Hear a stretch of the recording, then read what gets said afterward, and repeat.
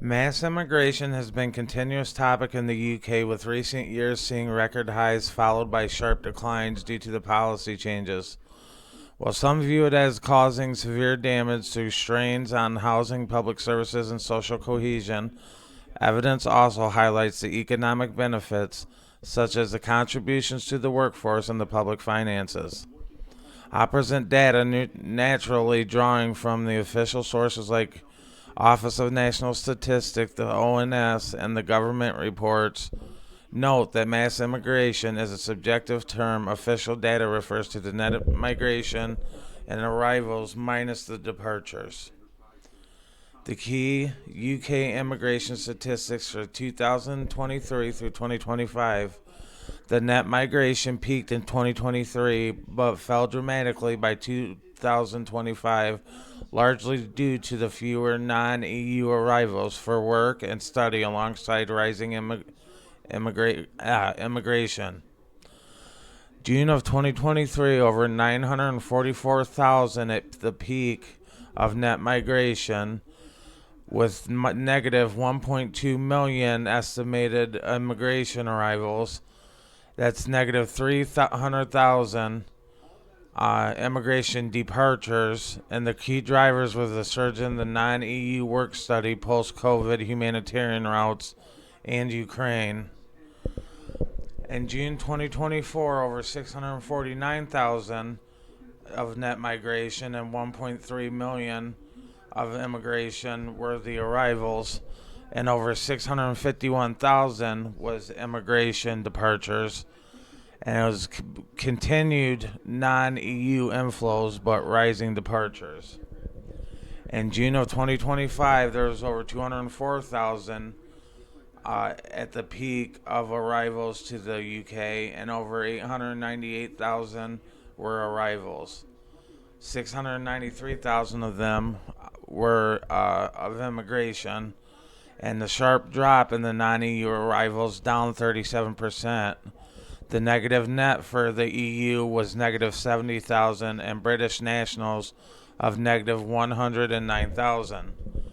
The breakdown by nationality in the year of 2025, non-EU net migration was positive at over 383,000, driven by work, 183,000 visas granted, down 36% from 2024, and a study of 414,000 visas, down 4%. The EU's net was negative, reflecting most Brexit trends.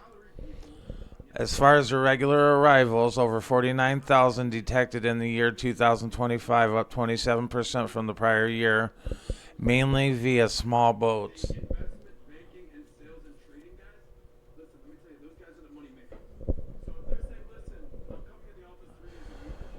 Total arrivals over 134.8 million in the year of 2025, but most were short-term tourists. Only a fraction were long-term migrants. Now, these figures represent a routine of pre-2022 levels similar to the 2010s. The policies of the UK government between 2003 and 2026 under both Conservative and Labour administrations has tightened rules to reduce net migration, as outlined in May of 2025, restoring the control over the immigration system. The white paper, key changes.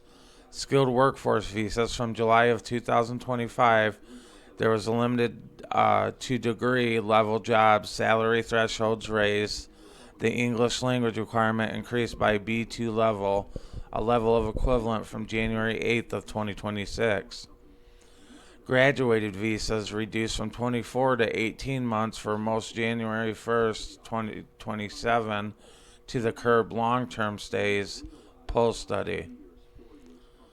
The settlement indefinite leave to remain, proposed earned settlements from April 2026, extending qualifying periods from 5 to 10 years for many routes, long residence path after the 10 years may close. Other reforms was tighter family reunification and reduced overseas recruitment for care workers. New electronic travel authorization, the ETA enforcement for visitors from January 2026 asylum backlog and the clearance and irregular migration crackdowns, specifically from Rwanda deportations plan through paused.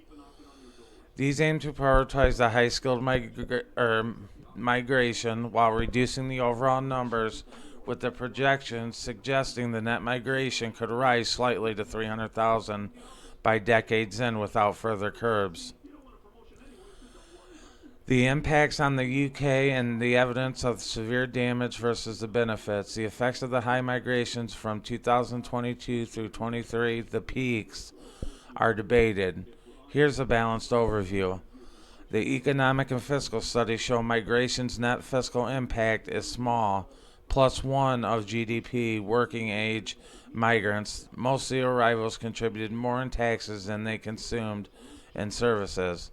The Office for Budget Responsibilities, the OBR, estimated higher net migration of over 245,000 yearly, which could reduce public debt by over 30% of GDP by 2073 and lower deficits by 1.1%.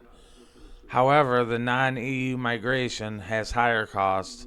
Its low-skilled overall immigration added 0.2 to 2% of GDP annually in recent years, supporting sectors like healthcare and tech. Migration increases demand for housing, especially exacerbating the shortages. It has raised house prices by 1 to 7% in some areas and rents up by 7%. England's needs of 200,000 plus new homes annually just for migration-driven growth, worsening the affordability. With over 300,000 social housing units lost since 2010, migrants, especially recent arrivals, often rent privately, 80% versus 20% for UK-born, crowding urban areas like London. The crime in society is no clear causal link between the overall migration and the crime rates, which have fallen overall since 2008.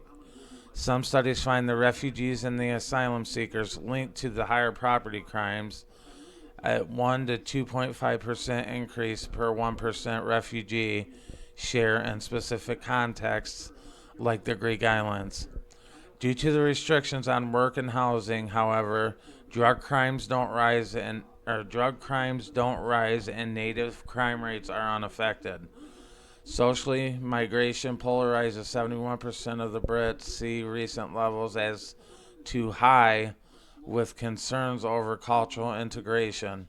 Yet diversity boosts food, sports, and economy negatives, which are perceived in housing by -72 net approval and crime at -79 or 69.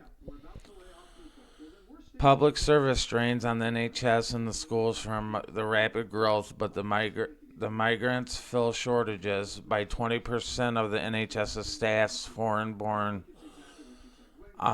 cost of 13 billion euros net fiscal drain in some estimates, but offset by growth.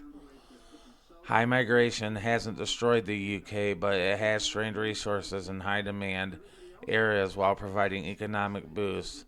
Policies are addressing this by curbing numbers. I call bullshit on that. I think Keir Starmer has destroyed the fabric of the UK, just based on what I'm seeing online and, stories I've heard on podcasts, that it's really taken a toll on the Englishmen or the English people. And I could only feel empathy for them because our countries allow these foreigners in and they don't belong and they will not assimilate, especially the Muslim population. In regards to Western cultures, they just are not compatible at all. Border encounters peaked at 2.2 million in the fiscal year 2022 and 2 million in fiscal year 23, falling to 1.5 million in fiscal year 2024, a record low of 237,538 in fiscal year 2025, the lowest in the 50 plus years of November 2025, over 60,940 encounters, down 37% from the Biden era averages. The net migration turned negative in 2025, over negative 10,000 to negative 295,000, first since at least 1970 due to the app for asylum. Projectives negative in 2026 of negative 925,000 to plus 185,000. Overall undocumented population of 11 million, which of 2000 and 2023 mixed status families, and the common 20% of California kids. Arrivals fell sharply post 2023 due to the apps like GBP, and which has now been ended. Some of the comparisons and the potential parallels. Attitudes in the UK public is tougher on immigration. Over 42% favor deportations versus 33% in the U.S., but more liberal on social issues like abortion. The UK divides deepest on immigration, and the U.S. is on government's role of social values. Both see the migration as toxic politically. 71% of Brits say too high U.S. polarization drove Trump's win. The policies of U.S. under the Trump mirrors the U.K.'s tightening, mass deportations, border walls, ending legal pathways. As the U.K. focuses on skills, U.S. on enforcement. Both aim to reduce numbers amid housing and economic pressures. The impacts and the risks for the U.S. if the U.K. patterns hold. Sustained high inflows in pre-2025, which could strain the U.S. housing prices in migrant-heavy areas and services, but boost the GDP. Immigrants add about $3 trillion annually via work. Negative net migration risks labor shortages, i.e. agriculture, tech, social diversity enriches but polarizes. Crime links are weak. Undocumented commit fewer crimes than natives, which I find is absolutely horse shit as well. Personally, that's just my own opinion. Post 2024 election, the U.S. to UK inquiry surged, citing stability in the language. The U.S. may face UK-like challenges if policies fail to balance the enforcement with economic needs. Rising costs from deportations versus the benefits from skilled inflows. And both of the nations benefit from the migration, but they grapple with the integration and the resources that strain it. Now, the rest of this will be my own personal opinion, but I'm sure the UK people feel the same way as we do, that these migrants come and exploit our systems and drain our social networks and financials to bare bones. Like, they destroy our system, and they get more assistance than our actual natural born citizens. Whether it's through welfare or through some other government held program, they are prioritized over their original citizens at a higher rate than most. You have 15 kids and you're a single mother, no problem. They'll give you thousands of food stamps here in America. Whatever you want, just don't get with that man that wants to take care of his kids, because then they won't help you out. And then we have these migrants, which are statistically outbreeding natural-born U.S. Americans, as well as I know in the EU that they are producing more children faster rates than we are, which is another concern, because they're literally and figuratively taking over both countries and trying to turn us all into the shithole that they came from. And I don't stand for it, and I don't believe in it, and I believe that they should all go back to their homes, and they should come here legally, and if they don't come legally, then they don't come at all.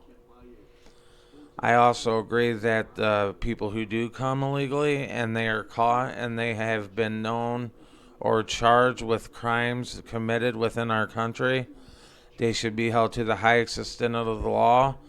They should pay pay for their crimes in our prison, and they should be deported out of our country immediately. Murderers, rapists, the real severe, harsh crimes. I mean, find your nearest wood chipper if it was up to me, but we all know they won't do that. So, and we got this. I know here specifically in the U.S., we have the liberals and the left.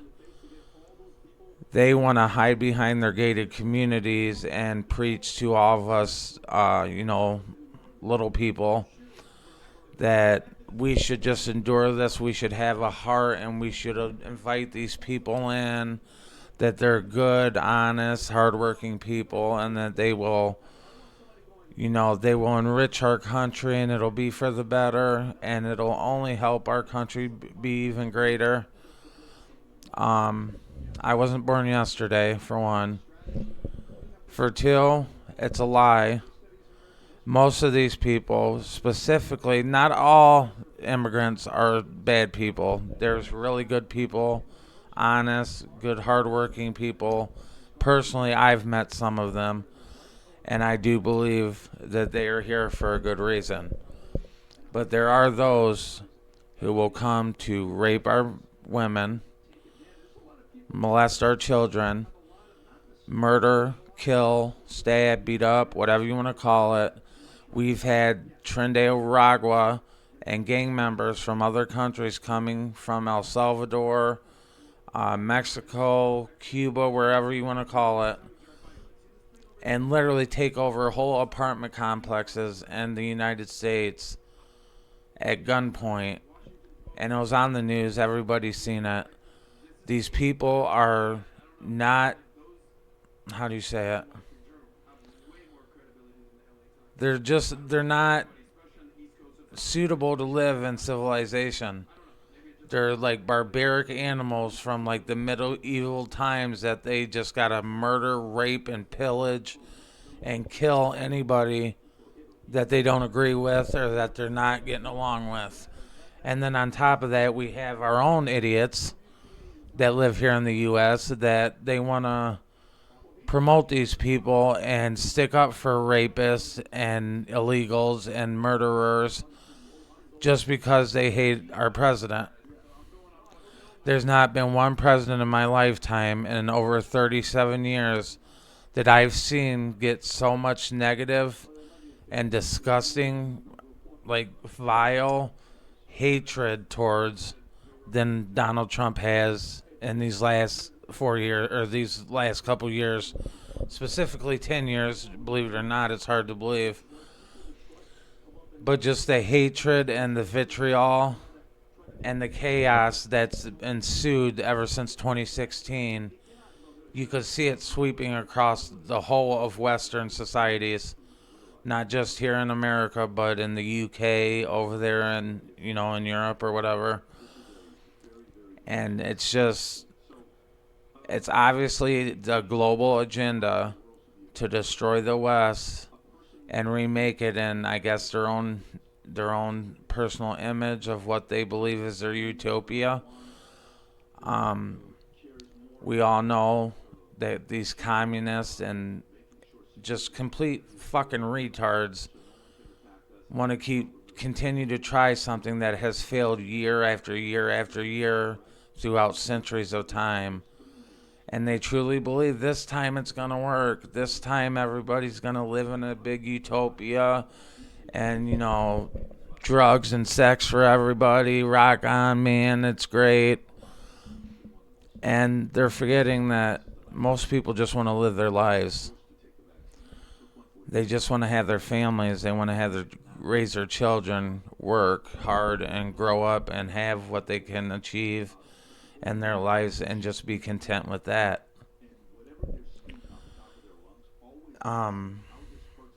The downfall of God in our country is the most disheartening thing I've personally seen although there has been a resurgence and a revival happening. I'm not. I fully believe in Jesus Christ. He is my Lord and Savior. He died for my sins and yours and all that. I believe in all that, and I believed it my whole entire life, and I continue to. But I'm not like a hardcore, like, I need to put more time in is what I need to do, because God is the end all be all, and I accept that, and we all should, no matter which God you choose to believe in. I believe there's only one, and is the true Almighty God Himself, the God of Abraham, Isaac, and Jacob. Yeah, this country has fallen so far since I was young. I was born in '88, and I remember growing up without a care in the world. We didn't have to lock our doors. We didn't have to, you know, I'm considered a millennial, but I'm on like the older side of the millennials, where I grew up more like not so insulated. We'd stay out until the lights came on at night, or even after that, our parents would let us out. Just don't let the animals out or whatever. But just imagine back when, if you were my age or whatever, the way we grew up and how much simpler times it was. And even though there was still the chaos and the bull crap of everything that's going on in the world, we still, we had hope, I should say. And I think that's what the problem is nowadays. People don't have hope, and I don't blame them, because our leaders have driven our country off a cliff, and there's really not much to be hopeful for. Yeah, it's just my opinion. I'm getting way too off subject, but I just think with the U.S. and especially the U.K., I've always had a thing for the U.K. I'm obsessed with the country. It's the most beautiful country that I've witnessed so far.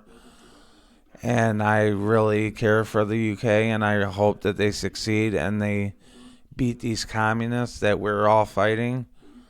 And I hope the UK comes back roaring as loud as it can, just as we did with Donald Trump in 2024. And I just pray that everybody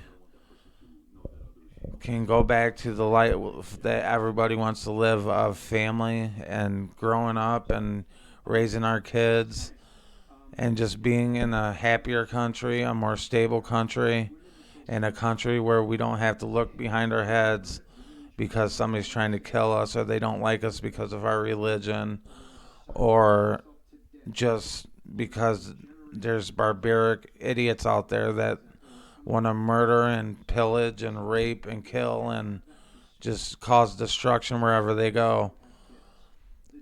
So I think I'm going to wrap it up now, but I really appreciate you listening, and I just figured I'd give a little bit of statistics on what's going on between the UK and the U.S., and hope you guys enjoyed it. Let me know what you think. Have a good day.